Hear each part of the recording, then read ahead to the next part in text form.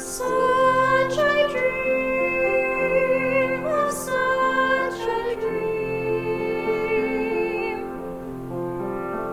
of such a dream, of such a dream, of such a dream.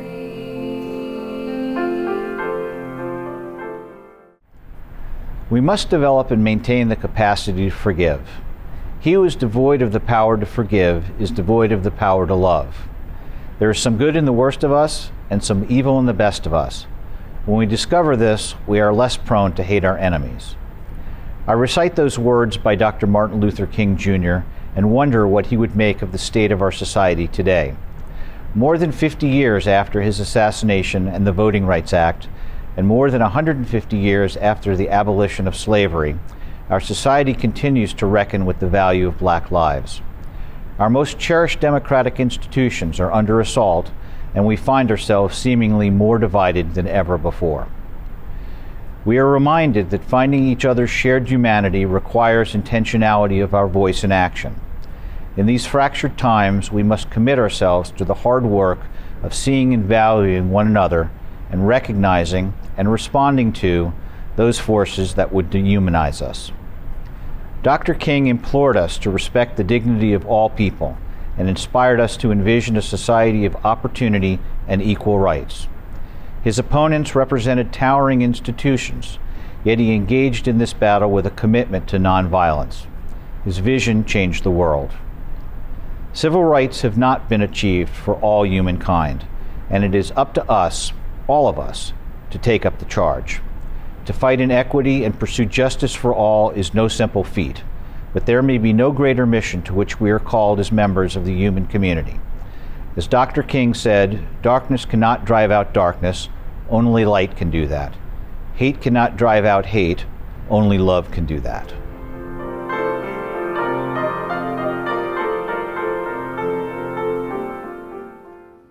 I am happy to join in with you today in what will go down in history as the greatest demonstration of freedom in the history of our nation.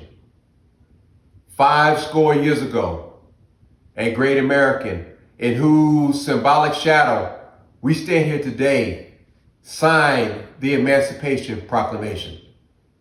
This momentous decree came as a great beacon light of hope to millions of Negro slaves who have been seared in the flames of a withering injustice.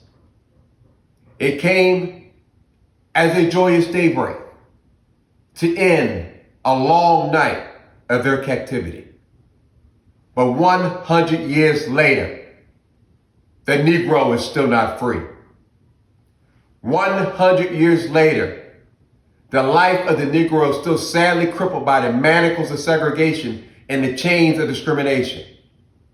100 years later, the Negro still lives on a lonely island of poverty in the midst of a vast ocean of material prosperity. 100 years later, the Negro still languishes in the corners of American society where he finds himself in exile in his own land. So we've come here today to dramatize a shameful condition.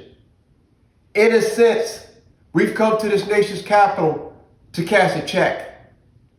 When the architects of this republic wrote the magnificent words of the Constitution and the Declaration of Independence, they were signing a promissory note to which every American would fall heir. This note was a promise that all men, yes, black men as well as white men, would be guaranteed the unalienable rights of life, liberty, and the pursuit of happiness. It is obvious to today that America has defaulted on this promissory note insofar as the citizens of color are concerned. Instead of honoring a sacred obligation, America has given the Negro people a bad check. A check which has come back marked insufficient funds. But we refuse to believe that the Bank of Justice is bankrupt. We refuse to believe that there are insufficient funds in the great vault of opportunity of this nation. So we've come here today to cash this check and upon demand gain the riches of freedom and the securities of justice. We've also come to this hollow spot to remind America the fierce urgency of now. Now is no time to engage in the luxury of cooling off or to take that tranquilizing drug of gradualism. Now is the time to rise from the dark and desolate valley of segregation to the sunlit path of racial equality. Now is the time to lift our nation from the quicksands of racial injustice to the solid rock of brotherhood. Now is the time to make real those promises of democracy. It would be fatal for this nation to overlook the urgency of this moment. For this sweltering summer of the Negro's legitimate discontent will not end until the invigorating autumn of freedom and justice emerges. 1963 is not an end, but a beginning. And those who believe that the Negro needed to blow off his steam and will now be content are in for a rude awakening if America returns to business as usual. For there will neither be rest nor tranquility until the Negro is granted his full citizenship rights. And the words of revolt will continue to shake the foundation of this nation until that bright day of justice emerges. But there's something that I must say to my people who stand here today on the worn threshold which leads into the palace of justice. In the process of gaining our rightful place, let us not be guilty of wrongful deeds. Let us not seek to satisfy our thirst by drinking from the cup of bitter hatred. We must forever conduct our struggle on the high planes of dignity and discipline. We must not allow our creative protest to degenerate into physical violence. Again and again, we must rise to that majestic height of meeting physical force with soul force. And the marvelous humility which is engulfed in the Negro community must not allow us to distrust all white people. For many of our white brothers, as evidenced with their presence here today, have come to realize that their destiny is tied to our destiny. They have come to realize that their freedom is inextricably bound to ours. We cannot walk alone. And as we march, we must continue to make the pledge that we must forever march forward. We cannot turn back.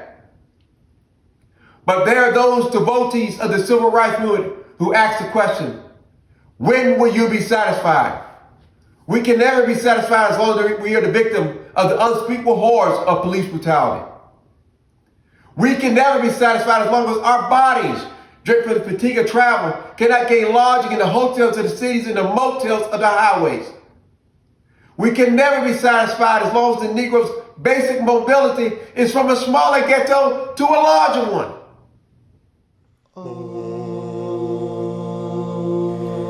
We shall overcome. We shall overcome.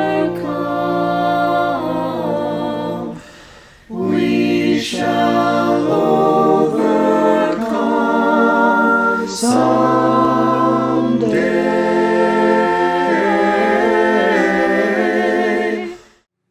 Hello, my name is Christoph Knoll, and I am an education major as well as a senior resident assistant here on campus at Fitchburg State University. I wanted to take the time today to speak about what Martin Luther King Jr. Day means to me, as well as what MLK's message means to me. To me, Martin Luther King Jr. Day is a day set aside for us to reflect upon ourselves, a day set aside for us to come together as one and unite. In a time when societal and economical changes are still a critical aspect of our world, there is one part of Martin Luther King Jr.'s message that inspires me the most: hope. Hope that one day people will not be judged by the color of their skin. Hope that one day there will not be such an economical divide amongst the people of our nation. And most importantly, hope that there will be a better tomorrow. While the words you hear, like the ones from me today, are critical in the task of spreading awareness, we all must do more than that. We all must take action and take a personal responsibility to make this change. Hi, my name is Jalyn Paulino Diaz, and I'm here to represent LASO. MLK Day is about celebrating the legacy of Dr. Martin Luther King Jr., but celebrating his life isn't something to be celebrated in one day. Dr. King fought for equity and justice, and today that fight is still very important. I try to embody the work of Dr. King through my work with LASSO and by participating in events and conversations that center equity. I try to be as reflective as possible by recognizing the legacy and contributions of Dr. King. I'm thankful because thanks to the revolution, things are more possible for me, my family, and people of color. Although everything is not perfect and the fight continues, he started something that we talk about today and hope that his dream someday becomes true. I think it's important to keep in mind that, like Dr. King said, injustice anywhere is a threat to justice everywhere. So, let's keep working towards a better future and let's keep fighting. Greetings. My name is Muchafar Georges Punungre, and I'm an international student representing World Integrated Nations, also known as WIN. Dr. Martin Luther King Jr. was more than just a man. Through his relentless and unwavering stance towards social justice and economic freedom for people of all color, especially for the African American community, he became an icon. One that shined the light of love and knowledge towards those who were consumed by hatred and ignorance. He believed wholeheartedly that the content of our character is what defines us as people, and not what we look like on the outside. His message was for the American people to stand by its creed that all human beings were created equal, and not exclude certain communities for your own self-interest. His movement was a real expression for freedom of speech, for a just cause not of his own, but for a neighbor in need, no matter the difference in skin color or in gender. So, to honor his phenomenal legacy, let us celebrate his day by showing love to your neighbor in need. And let us live up to what we strive to become as a nation, that of love, freedom, and equality. We can never be satisfied as long as our children are stripped of their selfhood and robbed of their dignity by signs of state for whites only. We can never be satisfied as long as the Negro in Mississippi can't vote and the one in New York believes he has nothing for which to vote.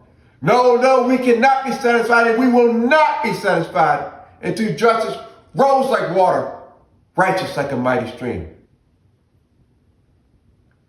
But I'm not unmindful that some of you will come here today out of great trials and tribulations. Some of you have come fresh from narrow jail cells. Some of you have come from areas where your quest for freedom has left you battered by the storms of persecution and staggered by the winds of police brutality. You have all been veterans of creative suffering, but you must continue to work with the faith that creative suffering is redemptive. So go back to Mississippi. Go back to Alabama. Go back to Georgia. Go back to the slums of the northern cities, knowing this situation can and will be changed. Let us not wallow in a valley of despair. So I say to you today, my friends, even though we face the difficulties of today and tomorrow, I still have a dream. It is a dream deeply rooted in the American dream. I have a dream that one day, that down in the red hills of Georgia, sons of former slaves and sons of former slave owners will be able to sit down together at the table of brotherhood. I have a dream today. I have a dream that down in the state of Mississippi, a state sweltering with the heat of oppression, sweltering with the heat of injustice, will one day be transformed into an oasis of freedom. I have a dream one day that my 4 little children will live in a country where they're not judged by the color of their skin, but by the content of their character. I have a dream today. I have a dream that down in Georgia, down in Alabama, with its vicious racists, and its governor's words, dripping the words of interposition and nullification. Down there in Alabama, little black boys and black girls will be able to join hands with little white boys and white girls as sisters and brothers. I have a dream that every valley shall be exalted, every hill and mountain made low, the rough place will be made plain, and the crooked place will be made straight, and the glory of the Lord shall be revealed, and all flesh shall see it together. This is my faith. This is the hope. This is the faith that I go back to the south with. And with this faith, I'll be able to hew it of a mountain of despair and stone of hope. With this faith, I'll be able to transform the jangle and scores of this nation into a beautiful symphony of brotherhood. With this faith, we'll be able to work together, to pray together, to go to jail together, to stand for freedom together, knowing that one day we will be free. And that will be the day when our children will be able to sing with new meaning. My country, 'tis of thee, sweet land of liberty, of thee I sing. Land where my fathers died, land of the Pilgrim's pride. From every mountainside let freedom ring. And if America has become a great nation, this must become true. So let freedom reign from the prestigious hilltops of New Hampshire. Let freedom reign from the mighty mountains of New York. Let freedom reign from the hiding Alleghenies of Pennsylvania. Let freedom reign for the snow-capped Rockies of the Colorado. Let freedom reign for the curvaceous slopes of California. But not only that, let freedom reign for the Stone Mountain of Georgia. Let freedom reign for the Lookout Mountain of Tennessee. Let freedom reign from every hill and molehill in Mississippi. From every mountainside, let freedom reign. And when we allow freedom to reign from every village and every hamlet, from every city and every state, we'll be able to speed up that day when all God's children, black men, white men, Jews, Gentiles, Protestants, Catholics, will be able to join hands and sing the words of the old Negro spiritual. Free at last, free at last. Thank God Almighty, we are free at last. Thank you for joining us today. I hope Dr. King's immortal words inspire you to do your part and empower you to help the entire Fitchburg State University community build the society we all desire.